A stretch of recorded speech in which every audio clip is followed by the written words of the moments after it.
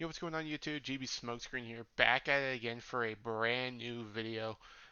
This time I'm bringing a deck list of my PSY-Frame deck. This is a deck that I was actually inspired to try out with by Distant Coder. This is a deck that he's been playing on his live streams every now or so uh, on Master Duel, and it made me and seeing him play it and the play and the thought process he think it made me want to try to bring this deck to the TCG, see what I can do with it, and how I can make it work. And this is the list that I have come up with. It's actually fairly good on everything. Unfortunately, there's one OCG card in here, and once it becomes TCG, I think this deck actually is fairly good for what it does. And with that being said, let's just jump right into the deck list. There's not going to be any duels, there's not going to be any combos. All right, good. And yeah, it's just going to be the deck list. Let's get right into it. So first off, we're playing 3 Cypher Driver.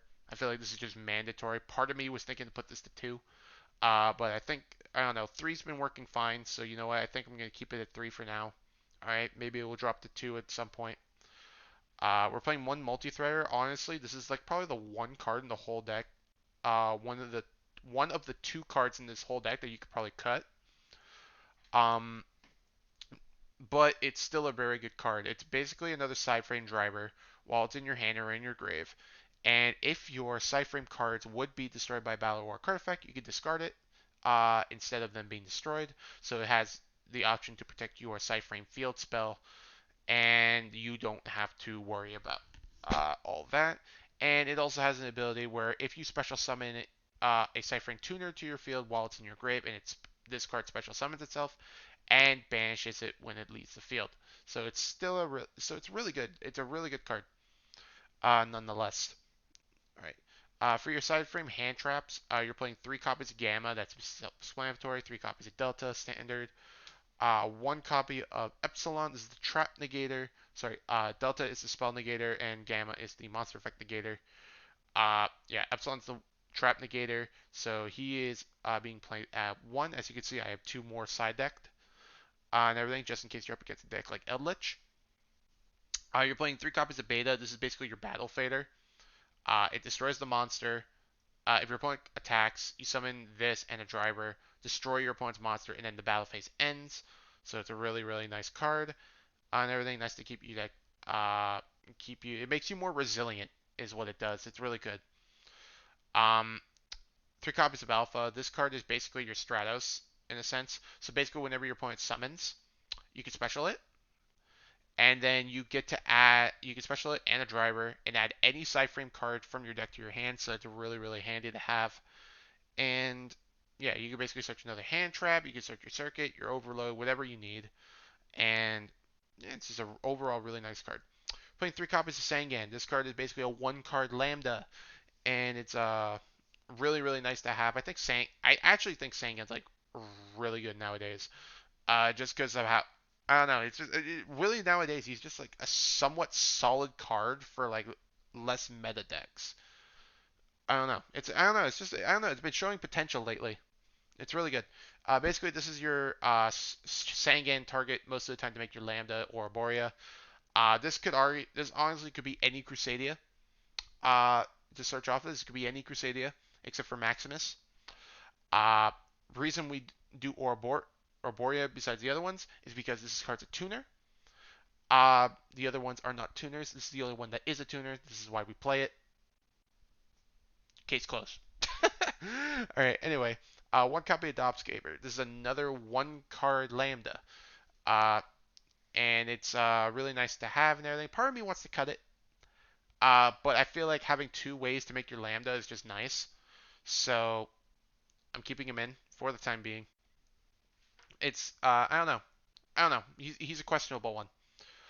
3 copies of Circuit, absolutely mandatory. You cannot, if you are not playing this card at 3, that you are smoking something. Absolutely amazing card, absolutely mandatory. No excuses. Basically, what this card does, anytime a Cypher monster is special summoned to your field, you get to immediately synchro summon. So basically, anytime you activate your Cypher frames, to summon themselves. Circuit activates and immediately lets you synchro summon with any of them into with a driver into any of your synchros. It's really nice to have. It also has another ability that a lot of people miss, where it has an honest effect. At the start of the damage step, if your side-frame monster you control battles opponent's monster.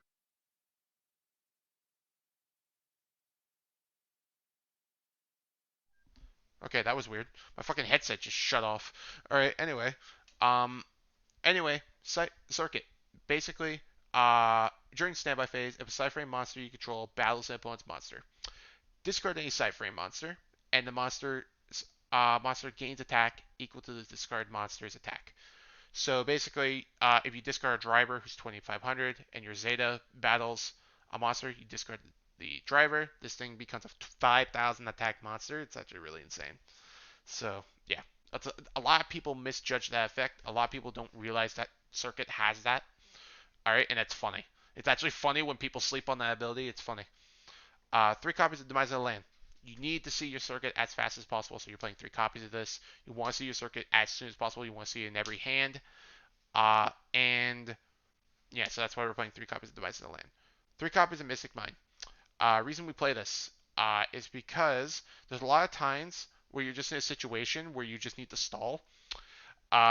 Because you may not have, right? Because there are sometimes you have hands where you just don't have a side frame in your hand. You don't have a good side frames in your hand and everything. Like, let's say you're going, it's, turn 2. Your opponent's going, and you have nothing to disrupt your opponent.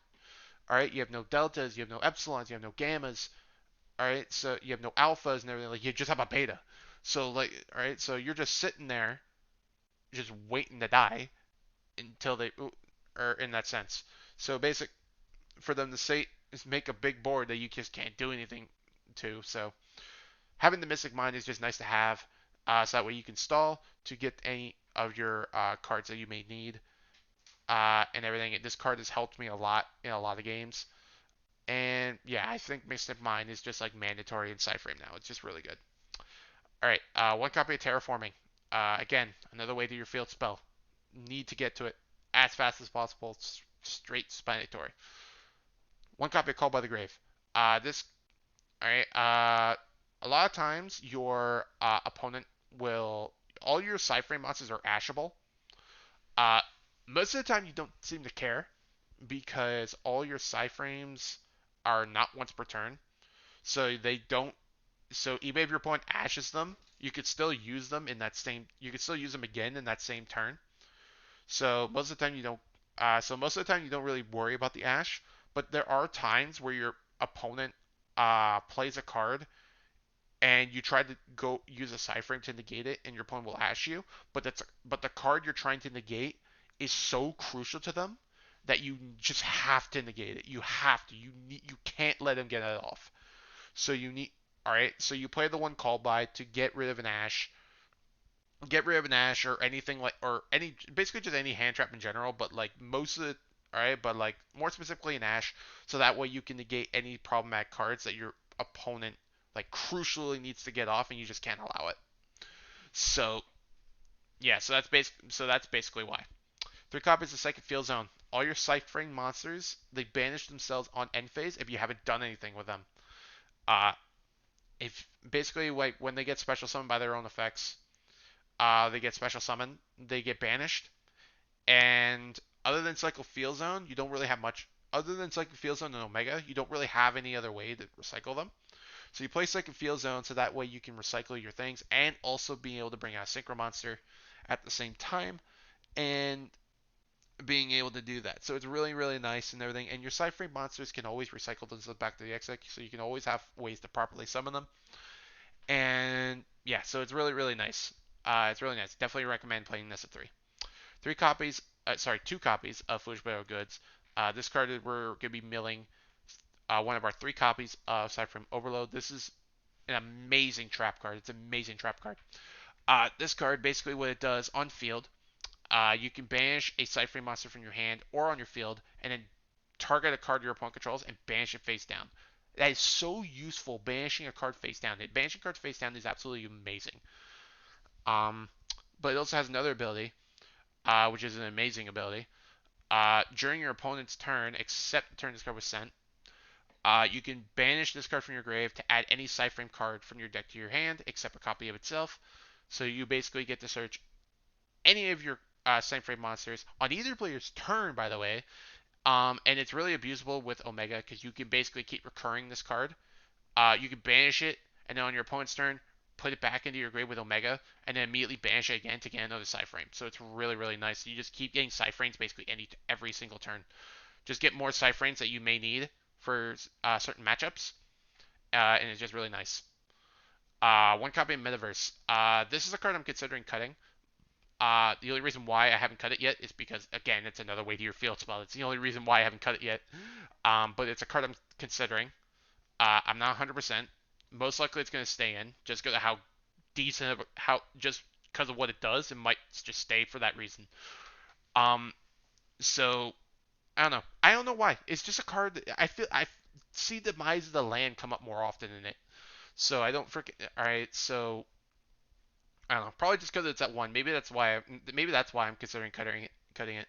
But yeah, it's still pretty good. Uh, yeah. Onto the extra deck. We're playing one copy of Baron de Fleur. Some of you are probably wondering, how the fuck do you make this in Cyframes? We will get to that. We will get to how you make that. Um, one Berserker of the Tenyi. This card just another way of monster removal. Very nice card. And everything. You're playing one copy of Cypher Omega. Fortunately, it's at one. Has to be at one. There's no going back. Done deal. It's just a great card. It needs to stay at one. All right, but yeah, you're still playing it. Banishing cards out of your opponent's hand, control your opponent's hand, recycling cards back to your deck, and recycling itself. Very, very nice. Uh, one copy of Excel Synchro Stardust and one copy of regular Stardust. This is the reason why we're playing Baron.